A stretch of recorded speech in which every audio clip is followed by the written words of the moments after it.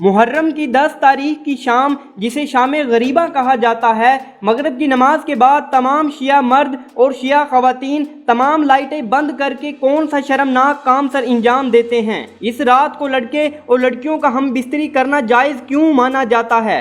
M2 Discovery کی video میں ایک بار پھر سے ویلکم۔ میں ہوں محمد مبشر اور آپ دیکھ رہے ہیں انفارمیٹیو چینل M2 ڈسکوری۔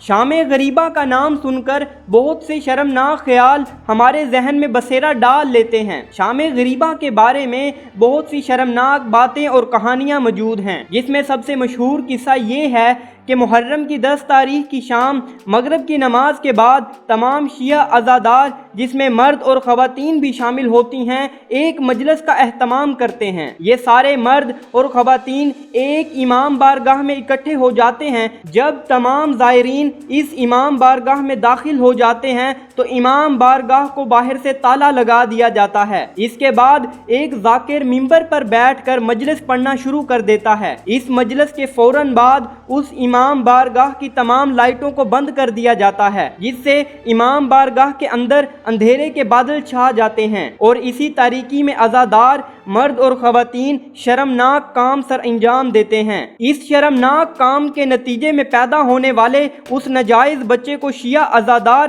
ذاکر بنا دیتے ہیں اور ان کے نزدیک اس بچے کا بہت مقام و مرتبہ ہوتا ہے۔ اس کے علاوہ یہ بھی مشہور ہے کہ امام بارگاہ میں موجود تمام خواتین اپنے اپنے لباس کا ایک ایک ٹکڑا اکٹھا کرتی ہیں اور اس کے بعد شیعہ مرد ان ٹکڑوں میں سے ایک ٹکڑا اٹھاتے ہیں اور وہ جس خاتون کے ساتھ میچ کرتا ہے اس کے ساتھ ہم بستری جیسا گھناؤنا کام سر انجام دیتے ہیں۔ شیعہ اور سنی دو ایسے فرقے ہیں جن کو آپس میں اکٹھا کرنا ایسا ہے کہ جیسے ایک نیام میں دو تلواریں۔ کہتے ہیں کہ شیعہ فرقے کے لوگ سنی کے بچوں کو اغوا کر کے ان کا قتل کر دیتے ہیں اور ان کے خون کو اپنی نیازوں میں ڈالتے ہیں اور پھر اس نیاز کو لوگوں میں تقسیم کر دیا جاتا ہے۔ اب یہ تمام باتیں سچ ہیں یا جھوٹ، یہ سب اللہ کے سوا کوئی نہیں جانتا، کیونکہ اللہ تعالیٰ سب سے بہتر جاننے اور علم رکھنے والا ہے۔ شیعہ لوگوں کے مطابق شام غریبہ کے متعلق تمام باتیں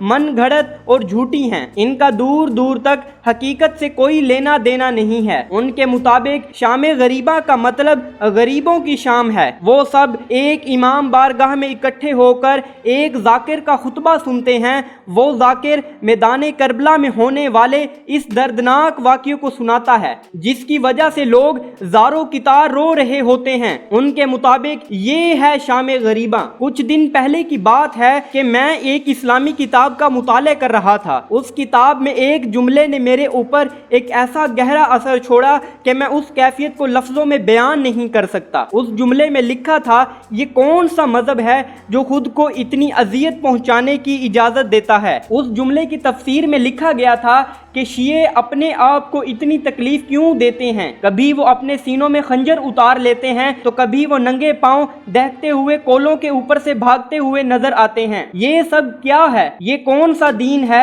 حالانکہ اسلام جیسا پاک دین لوگوں کو آپس میں پیار و محبت سے رہنے کی تلقین کرتا ہے۔ اسلام میں جانتے بوجھتے خود پر اتنا ظلم کرنا بہت بڑا گناہ ہے۔ اسلام ہمیں ہرگز یہ اجازت نہیں دیتا کہ ہم اپنے اوپر اتنا ظلم کریں۔ دوستو، اسلام ایک ایسا دین ہے جو عورت کو بے پردگی کی اجازت نہیں دیتا۔ تو یہ سب کیا ہے؟ اس ویڈیو کو دیکھ کر مجھے بہت حیرانی ہوئی کہ جن کے سر پر دوپٹے نہیں ہیں وہ اہل بیت سے محبت کا دعویٰ کرتے ہیں۔ یہ ہو ہی نہیں سکتا۔ جب انسان کسی سے محبت کرتا ہے تو اس کی فطرت اور عادت کو بھی اپناتا ہے۔ میرا اس ویڈیو کو بنانے کا مقصد ہرگز فرقہ واریت پھیلانا نہیں ہے۔ آپ خود اپنے دل سے پوچھ کر دیکھیے کہ ہمارے نبی صلی اللہ علیہ وآلہ وسلم نے ہمیں زندگی گزارنے کے یہ اصول بتائے تھے۔ آج کے دور میں ہمارا دین اتنا کمزور ہو چکا ہے کہ واقعہ کربلا ہمارے لیے قصے اور کہانیوں کی حد تک ہی رہ گیا ہے۔ واقعہ کربلا دنیا میں ہونے والا سب سے بڑا ظلم ہے۔ خاتم النبیین حضرت محمد مصطفیٰ صلی اللہ علیہ وآلہ وسلم کے نواسے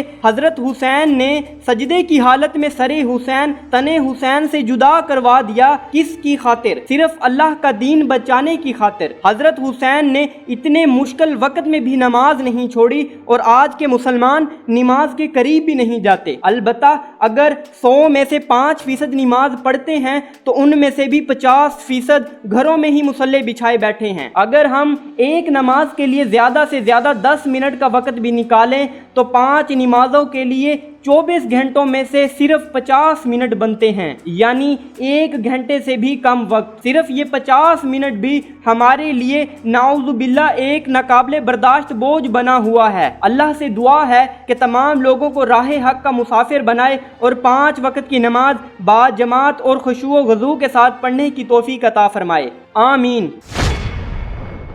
آج کے لیے اتنا ہی تھا۔ امید ہے کہ آپ کو ویڈیو اچھی لگی ہوگی۔ اگر ویڈیو اچھی لگی ہے تو ویڈیو کو لائک لازمی کرنا اور شیئر کرنا نہ بھولیے گا، اور اگر فیوچر میں ایسی ہی انٹرسٹنگ ویڈیوز مزید دیکھنا چاہتے ہیں تو ہمارے چینل M2 ڈسکوری کو بھی سبسکرائب کر دیں۔ میں ملتا ہوں نیکسٹ آپ کو کسی ایسی ہی انٹرسٹنگ اور مزیدار سی ویڈیو کے ساتھ۔ تب تک کے لیے اپنا خیال رکھیے گا۔